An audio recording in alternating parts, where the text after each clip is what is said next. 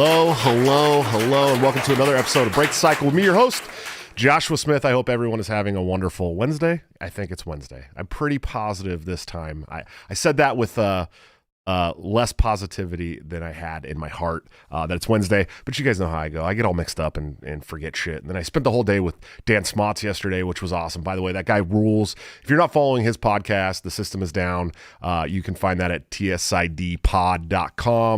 Man, he's great. He really is. Him and his wife are both awesome. They're great people. Definitely go follow them and support them. I know that YouTube doesn't really let you support him financially because he's just too conspiracied out for them.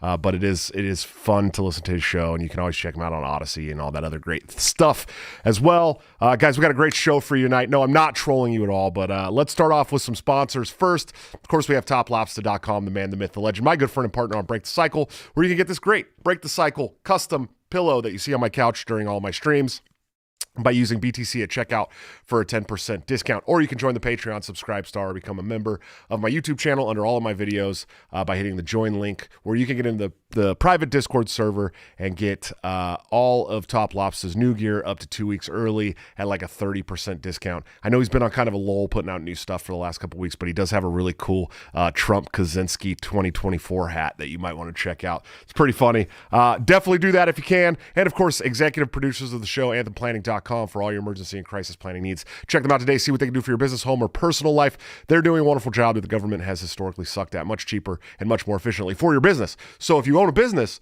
or you know somebody that owns a business, go check out anthemplanning.com. It's free to check out the website, but you're going to find things that are going to help you. I'm sure of that. I promise you, if you own a business or you know somebody who owns a business, you're going to find things that will definitely help you out. Guys, like I said, we got a great show for you tonight. No, I'm not at all trolling you. We do have a literal jar of mustard on tonight. He's a public school teacher that we're going to keep anonymous. But we wanted to talk about all the craziness with the Democrats trying to take full control of your kids through the public education system. So my good friend, who has been on the show before, if you watch the very early episodes of my show, I had the jar of mustard on to talk about public schools once before, but bringing him back because he is one of my all-time favorite guests. He is Mr. Jar of Mustard. Sir, how are you doing tonight? I'm doing good, buddy. Thanks. Yeah, I'm glad to have you on again, man. I you know, that short monologue that you had on my show, I think it was episode 4. It was a long time ago, man. It might have been. It was an early one. I know that. It was great, dude. I mean, you really went off. And if people haven't checked it out, you could check out my my TikTok. I even put a clip of it up there. But I think it was episode 4. It was when I was still doing solo episodes, and I'd bring somebody on for like a 5-minute rant. And you did a really good one, man. It was a good time. I think you talked about Waco, or maybe it was Ross Ulbricht that day.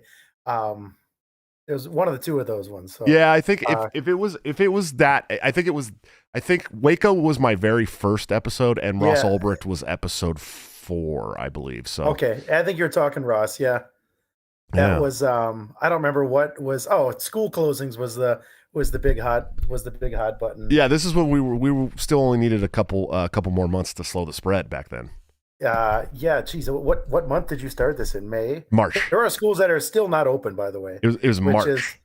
Which is its own up March. Okay, there's like, I know there's pluses and minuses to that. The schools staying closed. Like, ultimately, the schools themselves aren't closed. Like, kids are still in the grip of that system.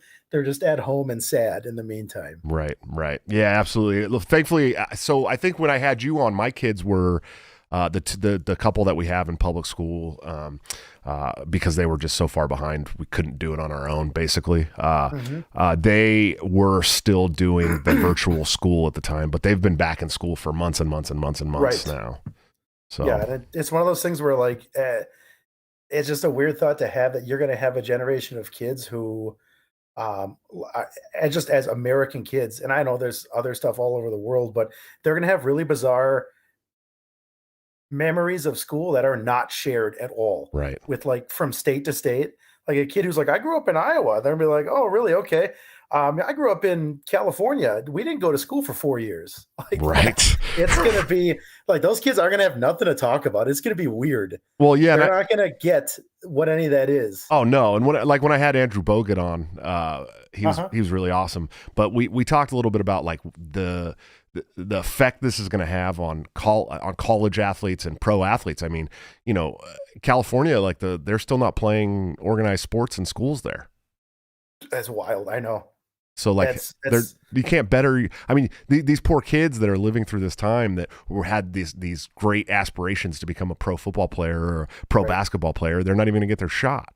Right. Hey, I got to tell you too. That's your coolest guest I think that you've ever had. I have grew up a Bucks fan. I've always been a Milwaukee Bucks fan, so it was awesome that you could have him on there. Yeah, it was pretty. It was cool for me too because I'm a Warriors fan, and I waited 33 years to see him win a championship or something, and he was on the team when they won the championship, and he was a big part of the team too. I mean, he really was, and so having him on was really really cool, man. And it's still one of those ones I'm like, I can't believe I landed that interview. That's a cool interview. Yeah. Yeah, dude. I mean, but somebody who's won an NBA championship, that's huge. But let's talk about you, man. So you're a school teacher in public education. Yeah. I would hope that knowing who you are and how you feel about public education while working there, I would hope that my viewers will give you a little leeway here as you segue into your experience. But I mean, what was it that made you want to be a public school teacher, man? This is so lame. I was just huge into geography when I was like a 6-year-old. Sure. I loved maps and stuff, and I thought that's always been kind of neat to me. I wasn't a libertarian so politically leanings weren't where they are until maybe like 2009 or so. Sure. And I was still in college and I wasn't a teacher yet. But I like history. I've taught history and politics for about a decade now. But I mean, that was kind of when I think back onto all the questions you had to answer for applications or in interviews, like, why do you want to do this? I still was in that, like that kind of typical conservative mindset of like, I want to make, and I don't even know if this is a conservative or a liberal thing. And I'm trying to teach kids to be good citizens. Right. And which I mean, I abhor that answer now. Like that answer is ass on 10 levels. But that was kind of my level. I liked history. I liked politics, and I was like, I could really talk this with kids in a sophisticated manner. And that was kind of my driving force to becoming a public school teacher. Sure.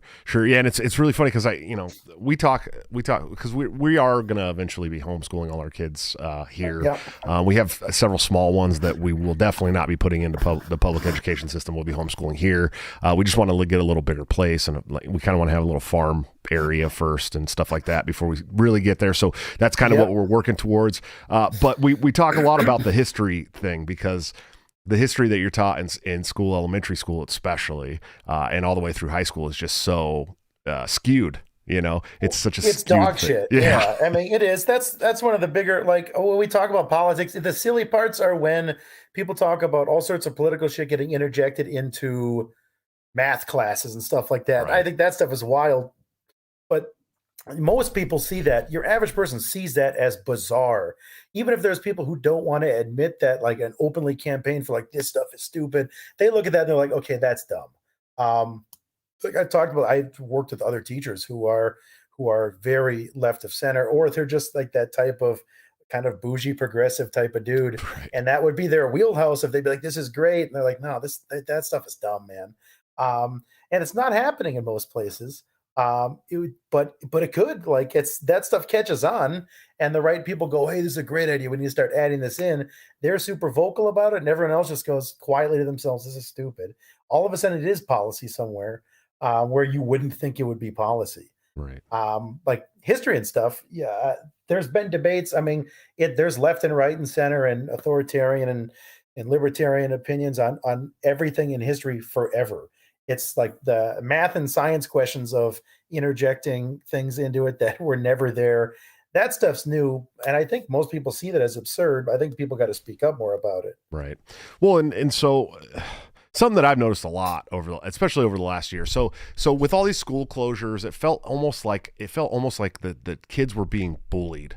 Like, we can't open the schools until we get the curriculum that we want, and you guys all have masks, and we can vaccine all the children. It felt like children were being bullied into, kind of going along with some of these politics, and now, we know now. I understand that the Democrats want to use public education system to make more Democrats. I mean, that's really what it feels like to me. You know what I mean? And so when this whole thing was going down with Virginia, right? This governor's race. Yep. I cheered when the Republican won, because he ran on we're going to try to make a school choice state here, which I'm a big fan of. I think there needs to be school choice in every state, and I know that the Democrats, especially here in Iowa. So here in Iowa, we have full school choice. We don't have to tell the government we're homeschooling our kids.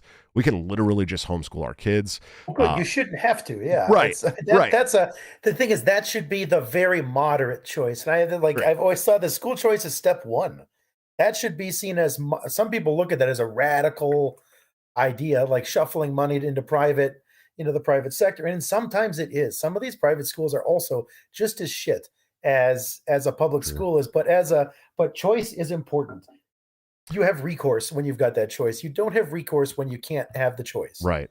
Yeah. So we don't have to say anything, but every single legislative season, the Democrats put forth a bill to remove school choice. Every single legislative season. And that's shitty. And that is one of those things where, like, I typically don't take sides between most of the politicking between right and left in education, because when it comes down to it, it's still that Prussian style education of sit and get, and the very authoritarian walk into it. And another reason that I would also, this is one of those times where you gotta go along with the message bearer, but you don't always want to bear all of their messages. That these guys, as far as Republicans are going to get school choice. And it's been, it's like a couple dozen places. Right. States in the union in the last year have really opened this up. And it's been fantastic developments, to be honest with you. Yeah. But you got to always kind of protect against the idea of we got school choice. Now we're good. Now we're happy, which so many people, as we know, are always happy to do that. Like, they get their one win and then they're fine with everything being the same. Understanding full well that a lot of kids and a lot of families are not going to understand their choices, are going to think that now that I chose to send my kid to this other school, who they put out a statement that there's not going to be, there will be no critical race theory in the school. Like, the school board said no. So then it's not going to be taught in the school. And having been a teacher in a school for 10 years, teachers don't teach what they're told to teach. Sure. You still have the same people there. So it's just one of those warnings of school choice is step one, but that's got to be like a moderate step one. That's like you're walking in the door and that's it. You've just gotten in the door. But like you said, that goal should be you're homeschooling kids, or not necessarily homeschooling, because there's a lot of parents I've met and a lot of people I know who they don't need to be homeschooling their kids. Right. You don't, not that the alternative is that you must send them to a school of some sort, but we're so locked in this red schools versus blue schools that we don't realize that they're all the same Prussian model. And you're trading a critical race theory for all of a sudden your kids are now learning that, the state's their friend. They're a bunch of drug warriors. They're sucking the boots of cops. Like, that's on the other side when people talk about we don't want these liberal pussies indoctrinating our kids. A lot of people are not thinking Joshua Smith, great idea. We need libertarians in our schools. Sure. They're thinking we just need more Republicans in our schools. And that's the danger, that people cannot be satisfied with just, we got choice. Right. And so I'm good. Because the problem is a lot of parents just they're not talking to their kids. They're not asking their kids what they're learning. Right. And you might be, and I hope you are. Oh, I am. And I hope you stay on top of that. We had a nice long talk the other day because my 10-year-old came home from school and he's like, Dad, my teacher told me that in the Declaration of Independence, when they wrote that, they were all sexist, and that's why they say the word men, and they don't mention women specifically. They meant that the Declaration of Independence was only for women. I said, "Who? Has somebody taught you that?" Yeah, my teacher was telling me that. That's bullshit. They just called all mankind man. Then that's how they said it. You know what I mean? So we had this long discussion about how she's wrong, and next time she brings that up, he needs to tell her she's wrong. So, good luck. Yeah. And maybe he'll do that, maybe he won't, but like with all that stuff, you can oust that leadership.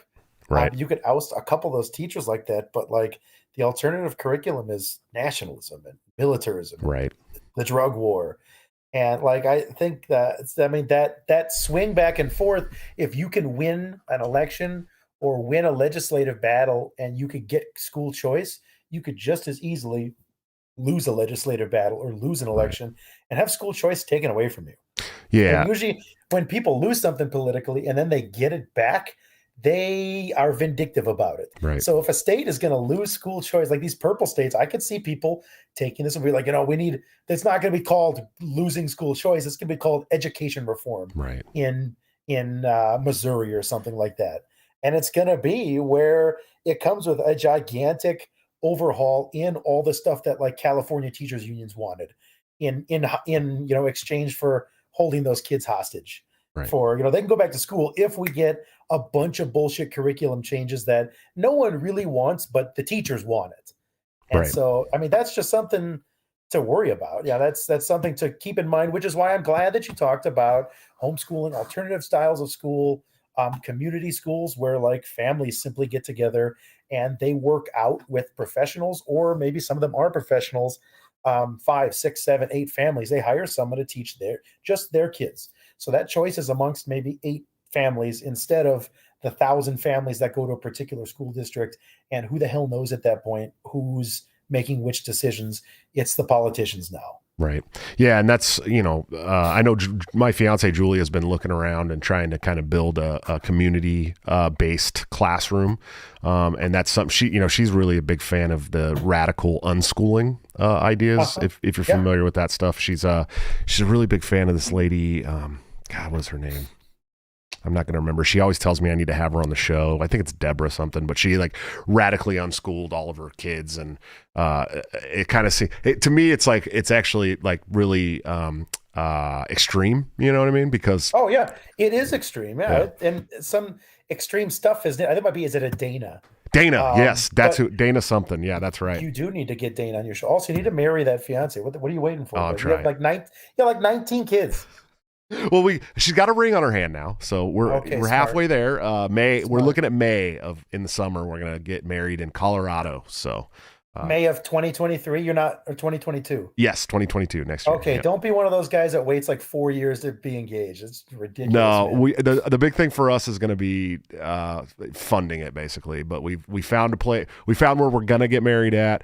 We know that we can drive there from here pretty quickly. Good. Because initially I wanted to get married in Tahoe, and it was just it would be too much dragging 7 kids all the way across the country to get married. Just a lot. So we found a place we can drive to. Yeah, it's weird that you're going to leave the other 12 kids behind too. That's nuts. It's a lot of kids, man. Sometimes it feels like it's 20, man. Seriously, like there's times, as a man, like, and my viewers understand this. As a man, sometimes after like a 12-hour day at work, you want to come home and you just want to like be by yourself and be quiet, and like you don't want to say anything. You don't want to talk to anybody. I don't even really want to be on my phone. I almost just want to lay in the dark for like 20 minutes with no one bothering you. That can literally never happen in my life. That is rough. I usually get home about an hour before my wife, so I know it's a great feeling of like the decompression time. It's funny though. I should point out that for a man who's against like public schools like yours, it's odd that you carry your family around in a school bus. So that's just, I don't know. It's hilarious that you're saying that, because I've been honest to God, like looking for school buses, because I want to do like a build out school bus. You know what I mean? And so I've been looking for buses that would fit the family of 9, that I could build out with enough seats and still have some like, we were thinking bunk beds in the back and maybe like a little dinette and air conditioner or something, so that we could just take it camping with us or something. You know what I mean? But I don't know. I also live in like a really like uppity kind of rich suburban area, and I don't know where the hell they would let me park that at. Like, we have a long driveway, but I feel like they would be up our ass about it. You're gonna be like, yeah, a guy who didn't mow his lawn, and the SWAT team's rolling in at him. Exactly. I'm be like, you guys are here for my bus? Jesus. So I mean, I get it. Like, you know what I mean? I think me being excited about the Republican winning in Virginia had to do with school choice and not with curriculum changing. I'm under no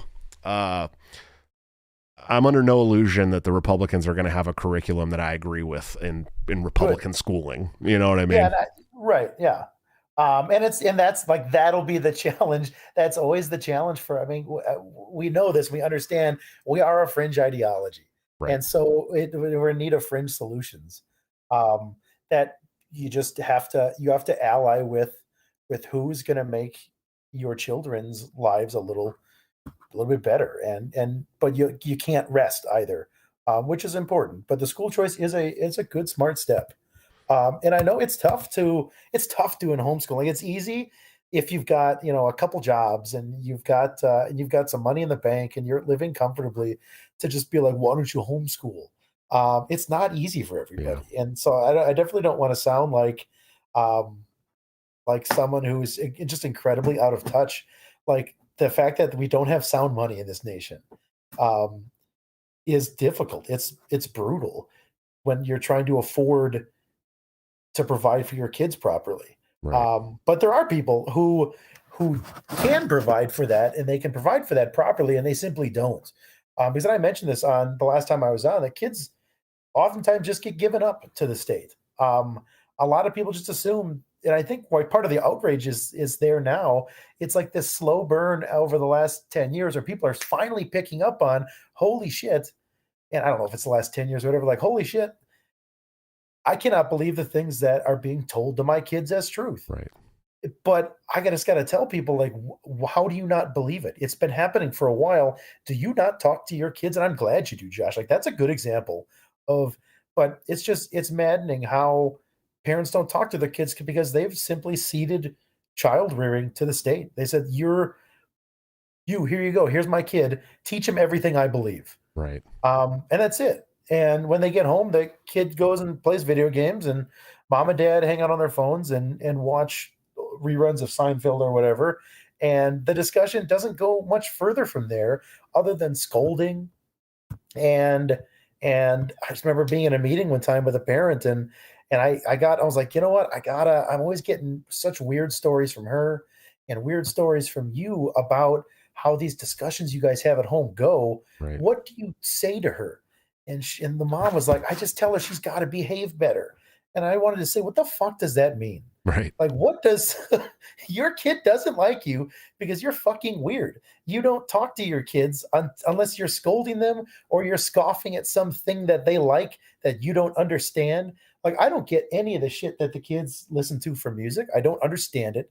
I'm always slow on like new music anyways. True. I listen to the same like 10 albums, and like, I don't get it. But also, like, they like it, so I don't fucking like. I'm not gonna play it. Like, right. There is a play. Put on Young Schnibbly. I'm like, fucking no. Young Schnibbly. I love it. No, like, I don't have a damn clue what that is. And the second I put it on, like, my admin's gonna walk in and be like, "What are you guys listening to?" And it's gonna be like 19 F-bombs, and I'm gonna get scolded about it or something like that. Like Little Dicky talking about the size of his ball sack. Exactly. Hey, by the way, that guy has had enough opportunities to make TV shows. I'm sick of that shit. Have you seen the show? Have you seen his show? He's had like 7 of them, and I'm tired of it. Okay? I've never watched the show, dude. Like, I saw like a half an episode of him. Like, he was like fucking some like blow up doll, and I was like, yeah, enough of that. I don't approve of that. So that's no. Level Zero, thanks for the $5 super chat, man. He said Prussian model schools are garbage. The kids needs education to conform to them, not the other way around. Exactly, and they've been garbage forever. They always were. If you know your history and you know anything about Prussia, it was not a place that like an anarchist or a libertarian would hold up as like, fuck yeah, that's the place we need to live. Like, that's obvious.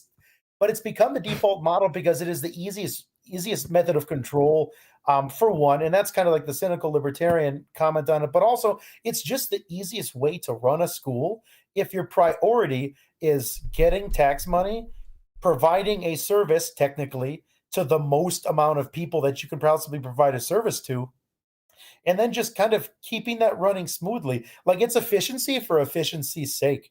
Right. Provide the service. That's it. Yeah, it's trash, but like people are demanding that the state tell their kids shit for 8 hours a day. And that's the easiest way to do it. And it's so easy that no one else has a good enough idea that has become popular enough Right. that people will go, okay, I guess we could try that. It's a little out there, but it's just so damn easy and efficient to just stack them in, teach them the thing that you always teach them, and then pack them out. Right. Um, and it's depressing, but that is the way. And yeah, so people need to be radical in response to that, and they need to be ready for people questioning their. I mean, I don't. I'm not a parent. I got one on the way in 3 weeks. Oh, congrats, buddy. But thank you. Yeah, I'm looking forward to it. I'm racking up my sleep now. Yeah, you because better I get know as much I'm as you not gonna can have a right lot. now, buddy. Um, but it's just it's the easiest way to do things. And I think we understand that we're not supposed to be in life. We're not supposed to just be taking the easiest way out all the time. But we've also, with what we believe and what we think is right for not only a nation, but a community and a family, I need to understand that we can't take the easiest way out. You need to sacrifice something so that maybe someone can stay home with kids. You need to sacrifice something, and it's usually you got to sacrifice some mindless consumerism Right. so that you can stay home with those kids and raise them how you see fit. Right. And that's, that's one of the reasons why the show has been so invaluable to us, is because it's given Julia the opportunity to stay home while I work. And so, that we're getting to the point now where, soon I'm sure she can homeschool everybody. And then that'll be like the ultimate dream for us. You know what I mean? Yep. Yep. But I want to talk a little bit. I find it so peculiar that you come on this show and you have to be anonymous, but Democrat teacher who supports the school board and all this shit can go on a TikTok and say fuck Donald Trump and we're gonna teach your kids whatever we want no matter what you say and all this crazy shit, and they're just fine. You know what I mean? What is this double standard, man? I mean, does that exist? Is that exist in all public schools, you think? Oh, I mean, yeah. It's one of it's kind of what I mentioned before, where you could get a promise from a school board not to teach something, but the teachers are still there. Right. I know a lot of teachers who I disagree with, who I like as people.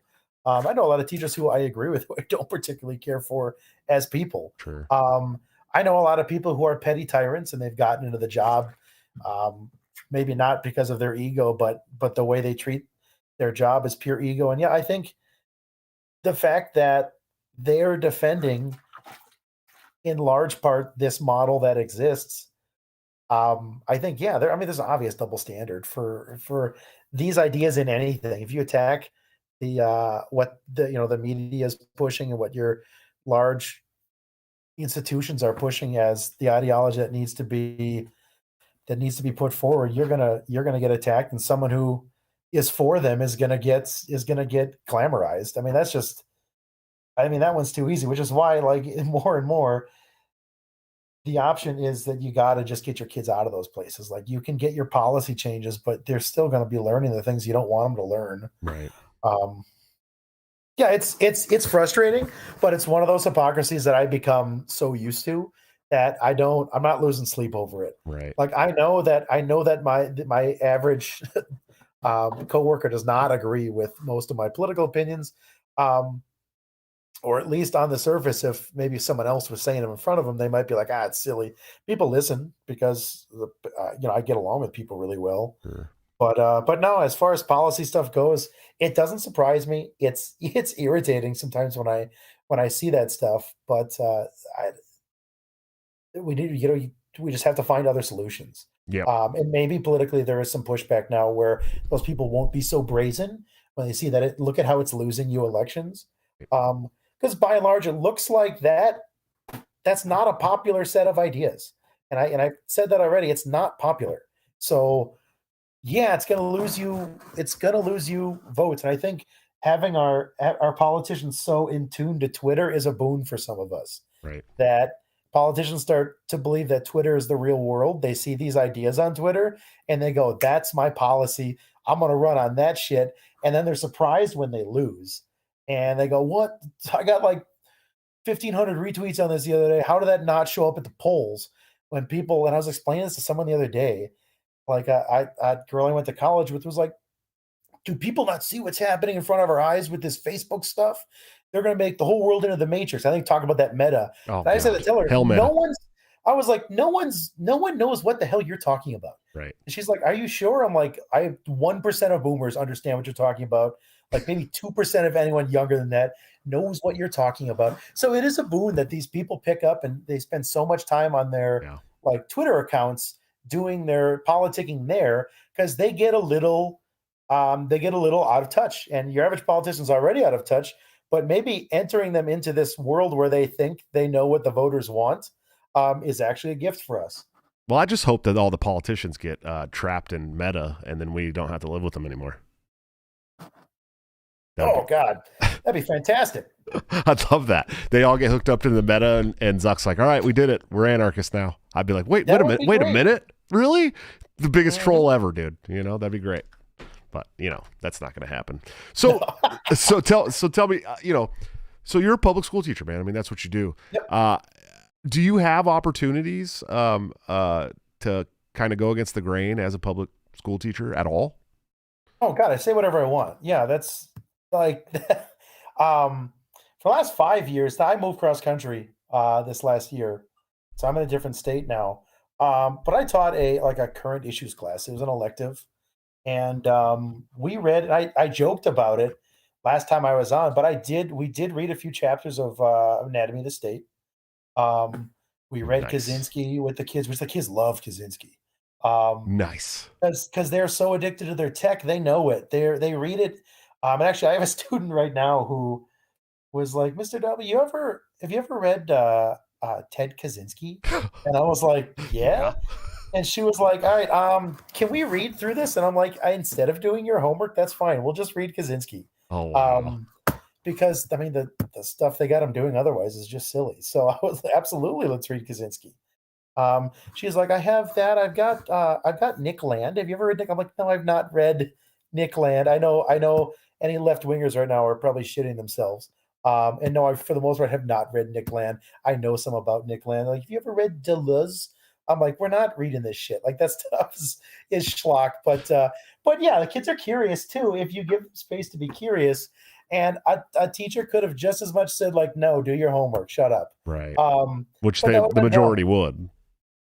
Right. So no, I've had a lot of freedom to teach, which is why I'm telling you right now that, and I just got to slam it in there. You're going to get policy changes. The teaching is not going to change.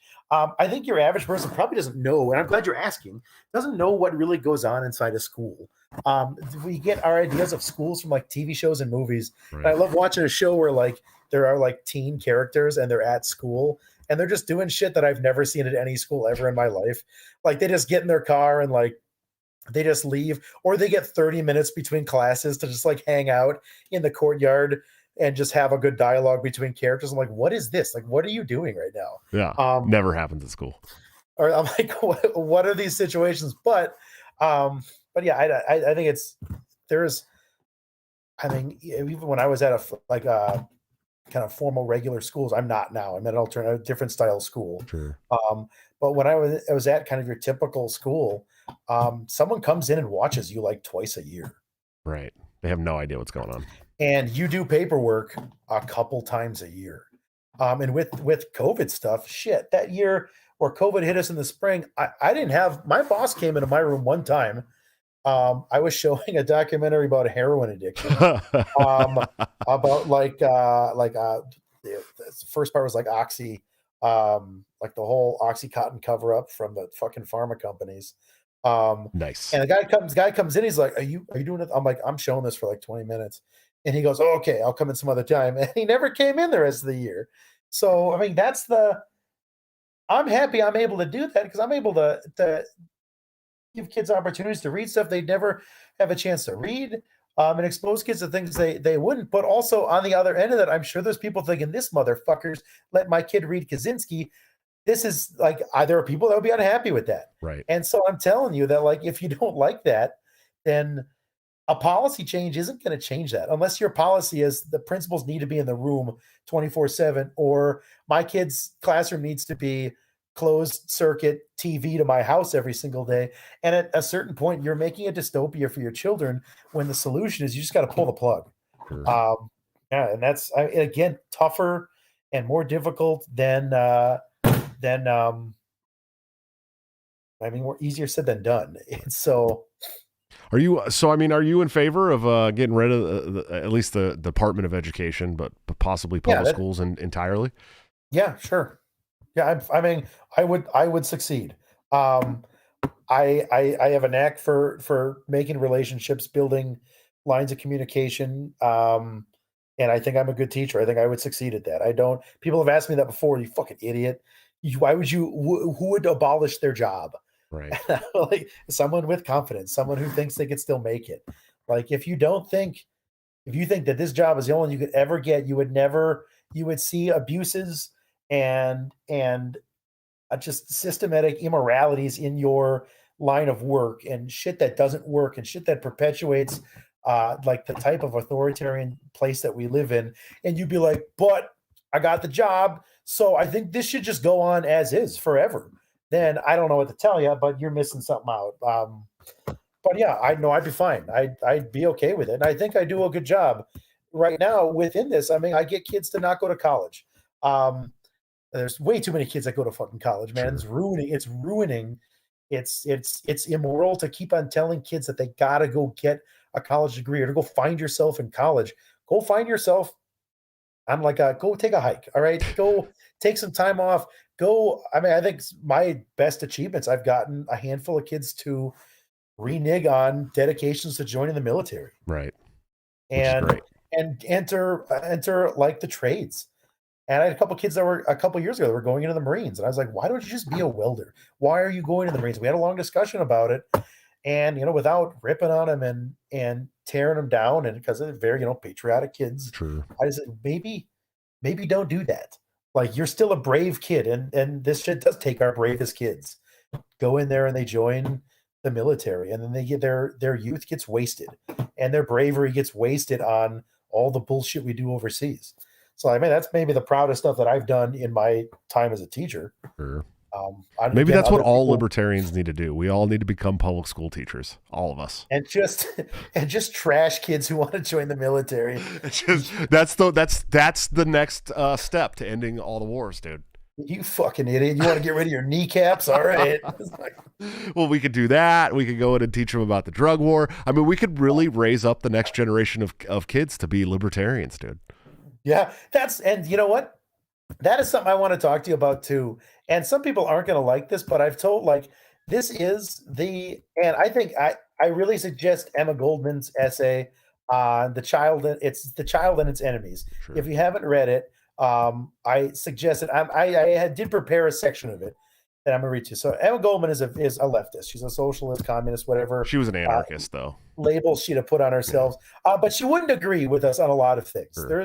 There's a lot of things that she would look at what we're talking about, and she disagreed, but she'd also disagree with people who disagreed with us. So right. We would see eye to eye on many things. And I think the issue is a lot of people in libertarianism or who are anarchists think that they're going to raise their kid where like I don't watch Beauty and the Beast. I watch anarchist Beauty and the Beast. Yeah. We don't watch Sesame Street. We watch libertarian Sesame Street. And like we don't eat Cinnamon Toast Crunch. We watch ANCAP Cinnamon Toast Crunch. Or it's like, okay, everything right that you espouse, your kid does not need to agree with. And this is something that people don't understand, where these red staters who have got their win and got school choice are going to be baffled. They'll be like, I told my kid every fucking day they had to watch Ben Shapiro with me. Why do they fucking hate me? And it's like, listen, dude, like you're not getting it. Yeah. Like your kid only learning the things that you believe they're going to turn away. They're not only are they going to be like, I don't know, they're going to start believing the opposite thing. Right. These kids fundamentally are dumb. You were dumb when you were 14. I was dumb when I was 14 years old. And hopefully we've learned from our Dumbness. youth and our dumbness and the mistakes we've made through life, and we're smarter. Right. And I'm smarter than I was when I was 30. I'm smarter now, and hopefully when I'm 40, I'll look back at now and be like, "Oh, I'm smarter now." But these kids are silly, and so they are not listening to you and like long diatribes from like Austrian economists and thinking, "Yeah, you're the business cycle as described by Hayek and his Nobel-winning piece of this." Like they're not giving a shit about that. That stuff's getting pounded in their heads by people, Right. and they look at something being taught by a teacher at school who their parents said is a piece of shit, but that teacher treats them like a capable adult Right. and treats them like someone that they care about and they want to see them self-actualize. They're going to go with whatever bullshit that person's spewing. Like all education, when you get it, it's, and I mean this in the sense like the pre-World War One term propaganda, education's all propaganda. Okay, they're going to get it from you or they're going to get it from someone else. And if someone else is giving them the ability to do that self-actualization, they're going to slide towards them. They're not going to slide towards mom and dad who just criticize everything that's coming out of everybody else except for mom and dad. And so you got to where, and we got to where we were politically through a lot of ups and downs that you might look back on and think I was stupid. Those were dumb. That was my phase in college where I was going to SDS meetings and stuff like that. But like you have to go through those things, and your kids are gonna have to go through them too. You need that time preference. You gotta wait Right. for your kids to be themselves and make the choices they're going to make, and even then they're not going to agree with all the things that you want them to agree with. Can I read this bit Yeah, from please do. Emma Yeah, Goldman? absolutely. Okay, cool. I'd love to because I think it's really important. And when she mentions some famous like left anarchist writers and stuff. I changed a little bit of it around to make it more understandable for your audience. They might recognize some more of the names. Okay, so she's talking about, and it's actually The Child and Its Enemies. It's on a PDF. It's online, Anarchist Library. It's free. It's very short. If you put it into a Google Doc, it's probably 3 pages, my estimate. She says, just so the free thought parent can proudly boast that his son of 4 will recognize the picture of Ron Paul or Thomas Woods, or that he knows that the idea of the state is stupid, or that the ANCAP father can point to his little girl of 6 and say, "Who wrote Anatomy of the State, dear? Murray Rothbard, papa." Or that the anarchistic mother can make it known that her daughter's name is Volterina, or her son is named Lysander, or that her kiddies can recite the heavyweight texts of Hoppe and Kinsella, and that they will point out the faces of Dave Smith, Michael Malice, and Quinones almost everywhere. These are by no means exaggerations. They are sad facts that I have met with in my experience with radical parents. What are the results of such methods of biasing the mind? The following is the consequence, and not very infrequent either. The child being fed on one sided, set, and fixed ideas soon grows weary of rehashing the beliefs of its parents, and it sets out in quest of new sensations. No matter how inferior and shallow the new experience may be, the human mind cannot endure sameness and monotony.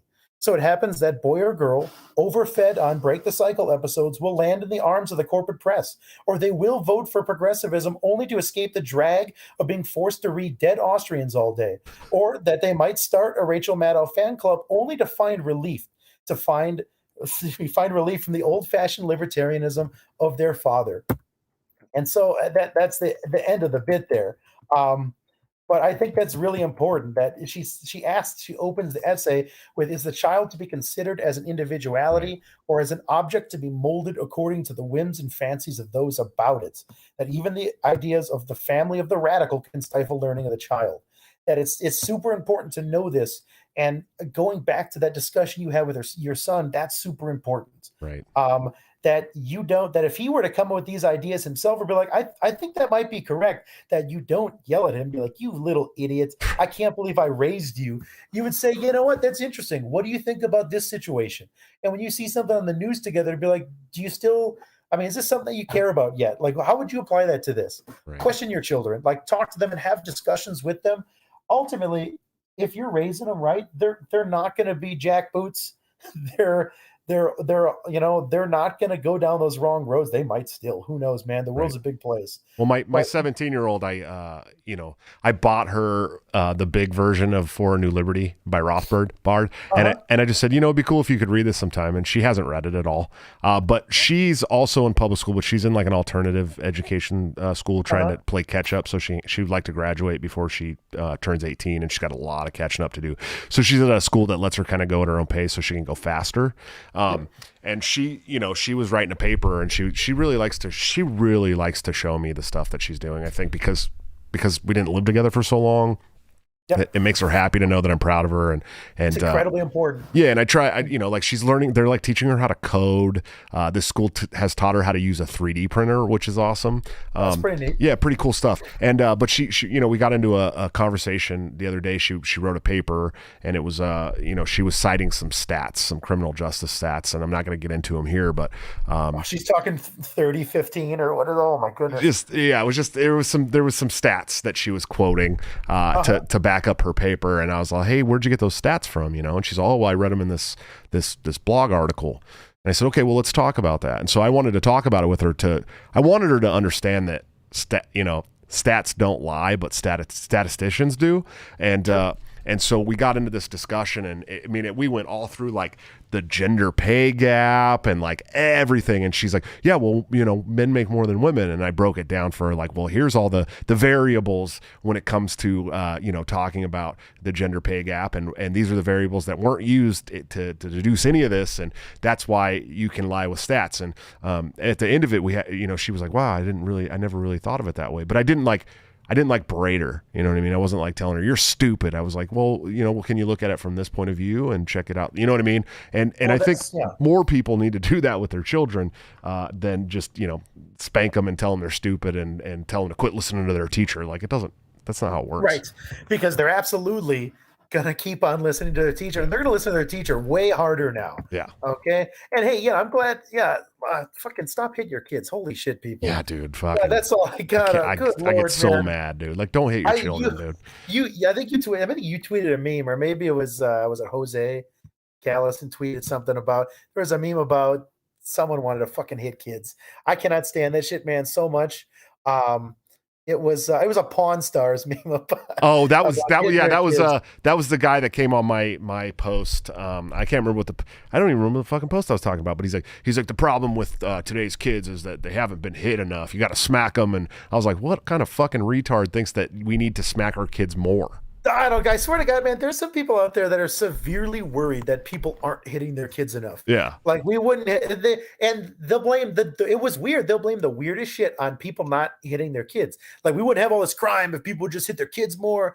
We wouldn't have inflation if people just hit their. ISIS would have been gone in a week if people would have just hit their fucking kids. It's like, did this sound like something a sane person would say? Right. And it is not a right-left paradigm on that. It's not. Like hitting kids is so bipartisan, and people who don't have kids are like, can I please hit your kids? Like, can I? Like, no, I'll kill you. We'd be in a utopia. Can I borrow your kid so I can hit someone? If I could just hit a kid, I'd stop sucking dick for coke, man. Just let me hit a kid. Like, it's nuts, dude. It blows my mind. It blows my mind. If you can't get your point across with a child without hitting them, you probably shouldn't have children. And that's such a funny line of reasoning too, like what you're talking about. Because I noticed that too. People are like, this generation wouldn't be like it is if their parents were. No, dude. The generation above mine was beating the shit out of their kids. What are you talking about? What are you talking? Dude, this is the first. My generation's like one of the first generations that's like, hey, maybe we should stop beating the shit out of our kids. So many people got their asses beat when they were kids that we invaded Iraq like 4 times. Exactly, dude. It just it blows my mind that people think that's gonna solve all of the world's ills. Is just beat little children, dude. It'll make everything better. And I got to be honest, I don't think some people realize I think some people posit that sort of thing because they want to seem tough. Right. Like I got, and they don't want to admit that it probably damaged them in some way. What's more wild is when people weren't hit by their parents, but they're still advocating to hit kids. Yeah, they're like, my parents And didn't beat me enough. You're like, are you okay, man? like, You got to take a seat. This is actually, I have feeling it's your kink, dude. Like, what the fuck? You can pay a lady to hit you right now. You don't gotta ask me to hit my kids, dude. Yeah, for real, dude. Give it a break. Yeah, the result of that, I've had those kids at school, or I've had the discussion of, hey, dude, that kid he looked at you weird. You don't have to go fight that kid right now. No, I gotta fight. Like, no, getting in fights made me tough. I'm like, no, you're fucked up. Look at where you are right now. Right. Like, it's not it's brutal to kids, and people don't realize what that stuff does. And they want to perpetuate it to kind of create that myth that it didn't really do anything bad to them. But look at where you brought you. You're trying to get other people to hit their own kids is how much it fucked you up. You don't even have kids. You're trying to get another parent to hit their kids. You're fucked up. You got something wrong. My kids went off to college. Can I hit yours, please? Holy shit. Like, give it a rest. We got some super chats, man. Daniel 3, Biblical Anarchy. Thanks for the $5 super chat. He says Cowboys suck. I say not as much as the Philadelphia Eagles. Craig, thanks for the $1 super chat. Daniel, Biblical Anarchy again, $10 super chat. He said it's not about forcing beliefs on kids.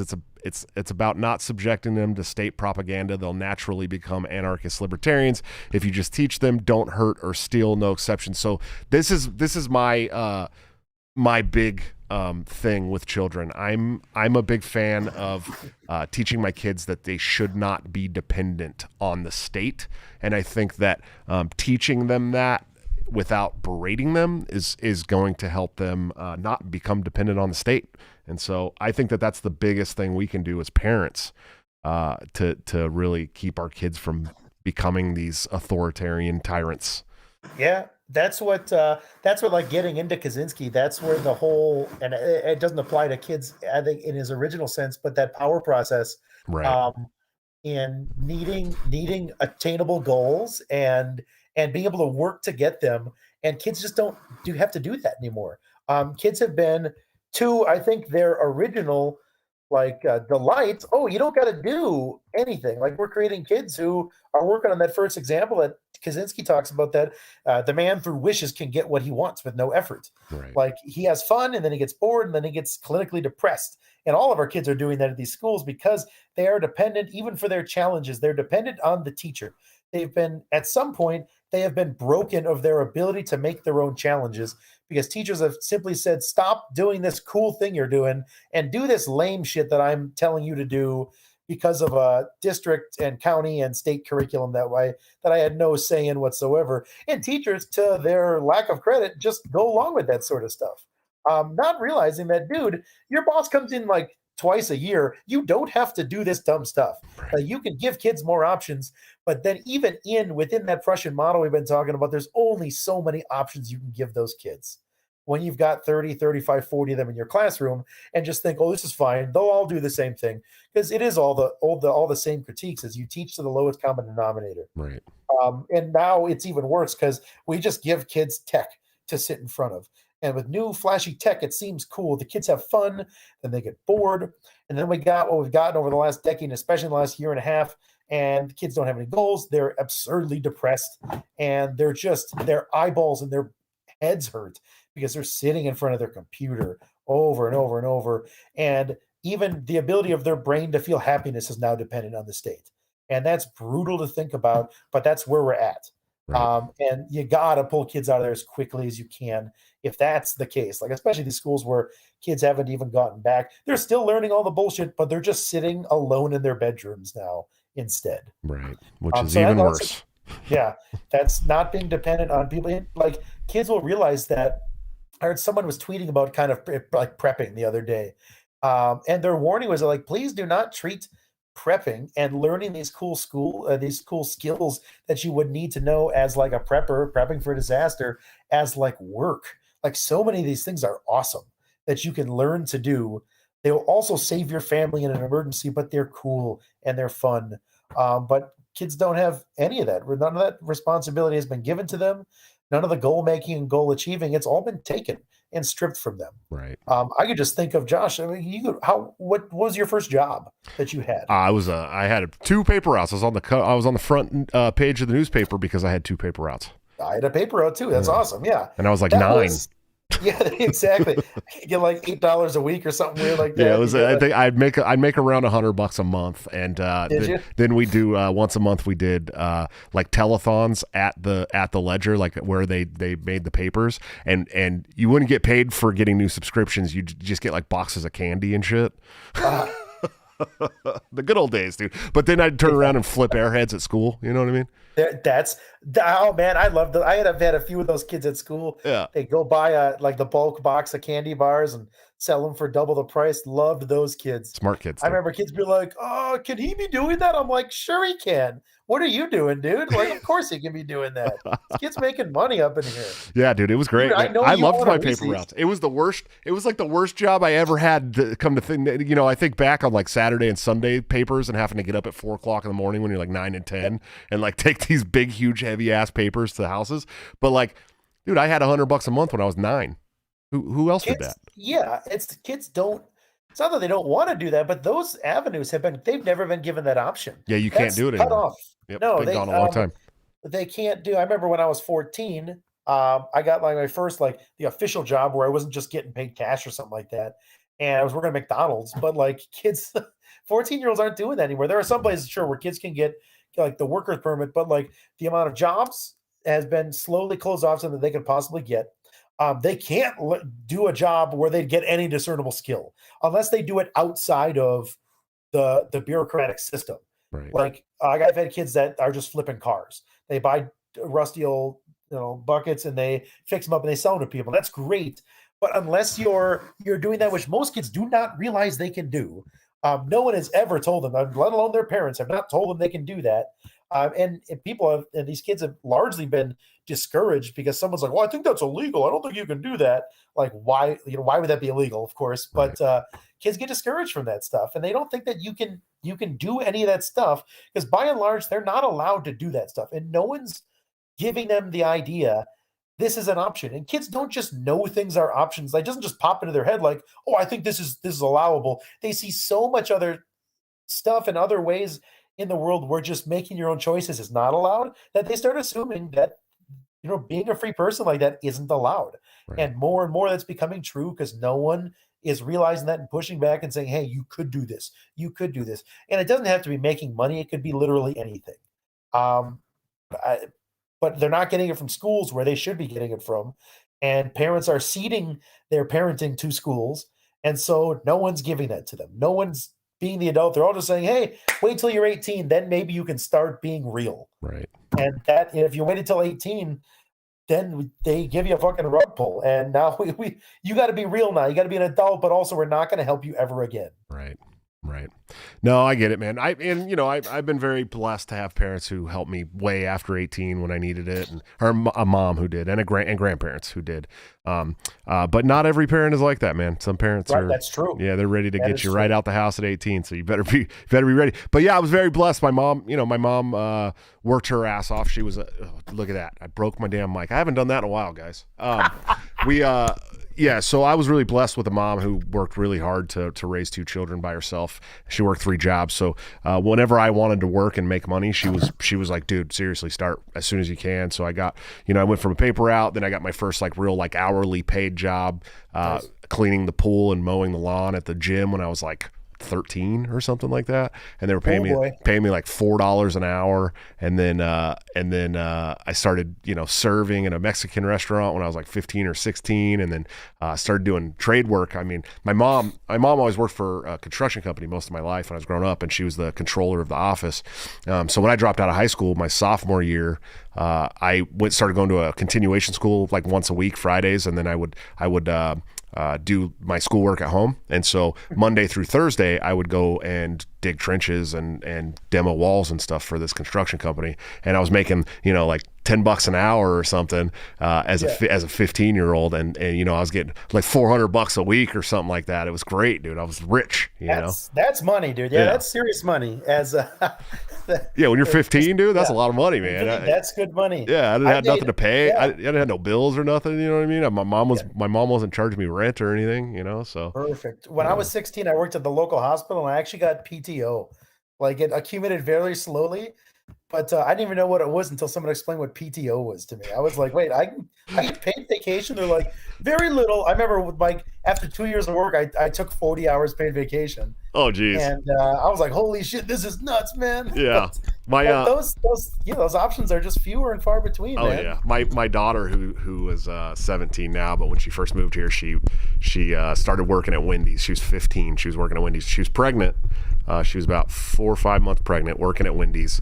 Very proud of her. She really wants to do the right thing and take care of her daughter and stuff. And she knows she can get whatever she needs for her daughter from me while she finishes high school and stuff like that. But she wants to have extra. Well, she really wants to order a lot of DoorDash is what she enjoys doing. But which whatever, that's fine, kid. But I hope you start valuing your money a little more soon. Yep. But damn, where was I going with this? I keep losing my train of thought, bro. What were we talking about before I brought up my daughter's job? Our own stupid fucking jobs as kids.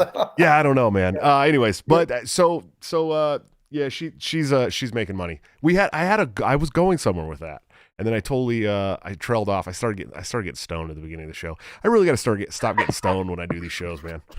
That's disrespectful. I can't believe that. Hey, man, it helps with the anxiety. But no, I'm very proud of my daughter working her butt off to do the right thing and make some money, even though she's got the opportunity to really just get a free ride here right now, Yep. But which is fine. I don't know if you saw that discourse the other day on Twitter about kicking your kids out at 18 or not. I don't know. I don't think so. Who called it? I think it was Jesse Kelly. Is the premier online tough guy.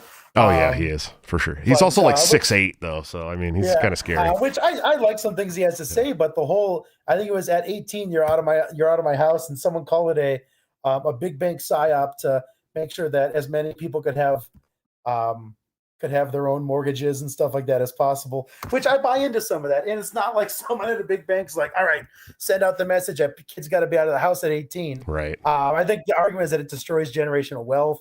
Kids don't work in the family businesses. Not that family businesses exist anymore. But like, I think there's something to that it does make sense to, that's a discussion that my wife and I are having as we're prepping our house for now having a child in it. Like, so is the kid out of here at 18? I think he should be able to stay for a bit. But yeah, just a little while, especially. Well, and I mean, it really depends. Like, if my kids want to go to college, I'm not going to boot them out of the house while they're in college. I'll try to deter them from going to college. Unless they're going to go. I mean, if they're like, hey, Dad, I want to go to med school. Like, all right, dude. Like, I get it. You know what I mean? Like, if you're gonna actually take those steps, then you should go to college. But like my son, he's like, I want to be an electrician. I'm like, perfect, dude. We'll get you right down to the trade school as soon as you graduate. You know what I mean? We could get you your 4-month education and get you going as an apprentice. It'll be real easy, buddy. You'll be making more money than any of your friends that go to college. And that's one of those things, those questions I've always asked for kids on like the first day. Raise your hand and keep it up.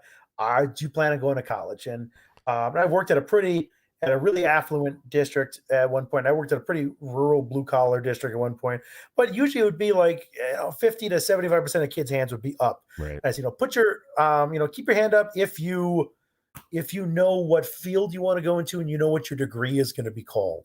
And some hands will go down and say, keep your hand up if you know what the job market looks like in your field right now, and you know a place where you could go and find work if you graduated that degree right now. And honest to God, there'd only be like 2 hands up at that point. I'm like, hey, not saying you shouldn't go to college, but you should seriously rethink it. I mean, that might be one of the more dastardly things that happens in our public schools is that pushing everybody to go pay for higher education afterwards with no clue about what you're going to do. Right. And it's brutal. It's so expensive. It's just a ball and chain around some of these kids' ankles. Man. I have a vocational certificate that cost me $20,000, dude. So I get it. You know what I mean? Mm-hmm. Like literally, I went and got my LPN. It's like a licensed practical nurse. $20,000 for 13 months of school, dude. Yeah, that's a lot of money. And we just moved cross country because my wife got her PhD and got a job cross country that was worth moving cross country for. So I know there's a lot of debt there. That's expensive, man. That stuff is not cheap. And if there's just too many kids getting told from from parents and family, also from all of society, that you're just a better person if you go to college, because that prestige is not worn off yet. You Right. know, even though fucking everyone gets accepted to college, Oh that yeah. prestige has still not worn off. There are kids that have been like, I'm like, "Hey, bud, what are you doing? You know, you're graduating in a month. What are you doing?" And they tell me they're going to college, and I'm just like, what? What? For what? All right, I'm behind you, bud. Yay! Yeah. Yeah, I know. There's some kids that you're like, you just don't go to college. I think that's my daughter too. You know, I was like, are you gonna go to college? She's like, no. And I'm like, that's good, because I don't see you as a college person. You know what I mean? And now she's found this apprenticeship for John Deere. It's like a summer internship for welding. And I'm like, shit, kid, if you can go and become an apprentice for welding and like get a job at John Deere welding, like you could make more money than I make. You know what I mean? Nothing welds like a deer. It's not hard.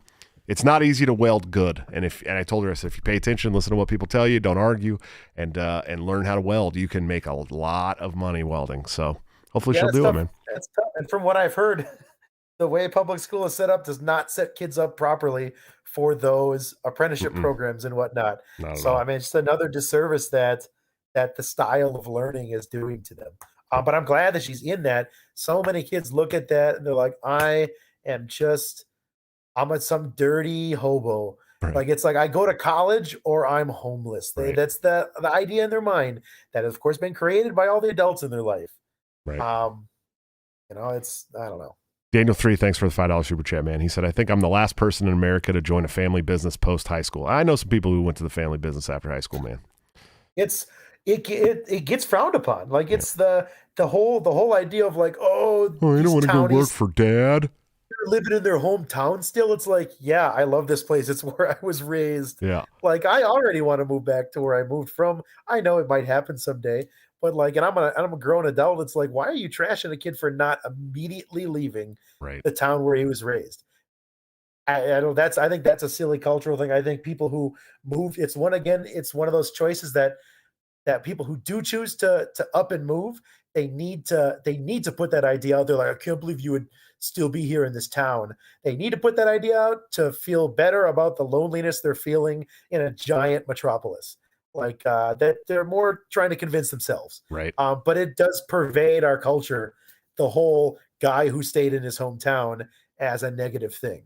Yeah, and they do, and they portray it negatively in movies and all kinds of stuff, man. It's unfortunate, but for my hometown, it's pretty true though. So I'm just from one of those places where it's like people get trapped there and you never get out, and it's not a good trapped. You know what I mean? So I'm happy to be out of there, man. I miss my grandma. She's pretty much, her and my Uncle Steve, my mom's brother, are the only ones that are still there, and he does really well. He's like a superintendent for a sheet metal union in the San Francisco, does like big time like skyscraper HVAC. So the guy's loaded. He's doing really good.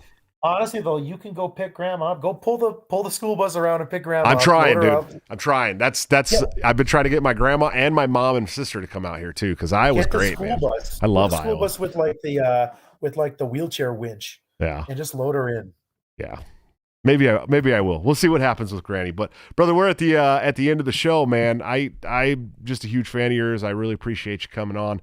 Thank you. Where can people find you, support you, listen to you, all that great stuff? I am at Z_mustard. It's been trolling on your screen the entire time. Absolutely. They can follow me there. They can follow me nowhere else because I don't do anything else. Be on the lookout. I do sell mustard and hot sauce and stuff like that. I used to sell it locally, but a lot of people since I moved have been being like, hey, you got to get a website up. You got to be able to mail some of the stuff out. So I'm going to put some info on that out in like soon. We just got our kitchen up and running again. So when I'm done with this, I'm going to go in the kitchen and I am going to make some mustard. It'll be the first batch in our new place out here. Okay, well, I want mustard and hot sauce. I order hot sauces from people on Twitter frequently, actually, if you can believe that. And I just got some really good. I got one that's pineapple bacon habanero. That sounds really good. Really, really good. And then I got another one that's like peach habanero or something from the same person. And awesome. Man, some of the best hot sauce I ever had. But homemade right in the kitchen, dude. So if you're making hot sauces and mustards, I'll probably order from you. I'm putting some on the smoker tomorrow, and I'm going to ferment some. That stuff's that's the good stuff. But also, um, yeah, I'll put some of that info out. A couple things. You got some time for like a shout out? Yeah, of course. Okay, one, we're having a kid in 3 weeks, so please pray for the good Yes. health of my wife and my son coming up here. But also, I am off of work tomorrow, which is really nice because it is Armistice Day. Now, I know the state does not see that as Armistice Day; they call it Veterans Day. But just a shout out for Armistice Day. That remember tomorrow again, we're in the minority here, but let's not forget what Armistice Day represents. Honor the people. We honor soldiers all the time. You're going to see, parades, salutes, flags the size of a football field, flyovers, and stuff like that. But there's a lot of people that have no monuments. They have no holidays or mentions in the public sphere, other than to be chided for like cowardice and disloyalty. So I just want to remember and honor the people who went to jail, faced abuse, faced firing squads for simply walking away, dropping their guns and walking away from the trenches. I'm saying no to warfare.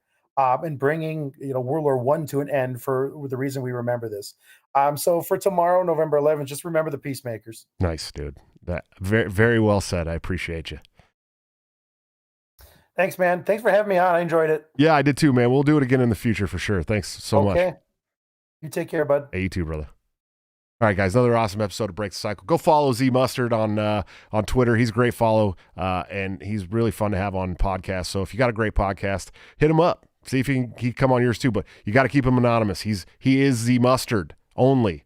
Guys, go check out my sponsors, of course, ScottTopLobster.com, the man, the myth, the legend, my good friend and partner on Break the Cycle, where you can get all kinds of great hand-drawn graphic design T-shirts, hats, bags. I think he's got pants. I think there's like women's yoga pants and all kinds of good stuff on there at a 10% discount by using BTC at checkout. Or you can go over to the Patreon, subscribe star, become a member of the YouTube channel under all my videos by hitting the join link, where you can get into the private Discord server and get up to 30% off of all of his brand new gear up to 2 weeks before it goes to the general public. Good stuff. I guarantee you will love it. And it's all really quality made too, so he doesn't use like shitty manufacturers. And of course, executive producers of the show, anthemplanning.com, for all your emergency and crisis planning needs. Check them out today. See what they can do for your business, home, or personal life. They're doing a wonderful job that the government has historically sucked at, much cheaper and much more efficiently. Guys, thank you so much for hanging out with me night after night after night. I know the views have dropped a lot. We're still getting a lot of listens on the podcast side. Thank you. We just crossed 100,000 downloads. That's really huge for a podcast that started in March. So I appreciate you guys. I'm going to be doing a lot of booking over the next week to try and start getting month out like I used to, so that my calendar can be more consistent. Hopefully we'll bring you a lot of you guys back. But we got some big names on the horizon. So definitely stay tuned. There will be no show tomorrow, but Friday I have Tommy Salmons from the Libertarian Institute coming on. That's going to be a lot of fun. I really enjoy talking with that guy. So I'll see you then. But until then, don't forget to break the cycle.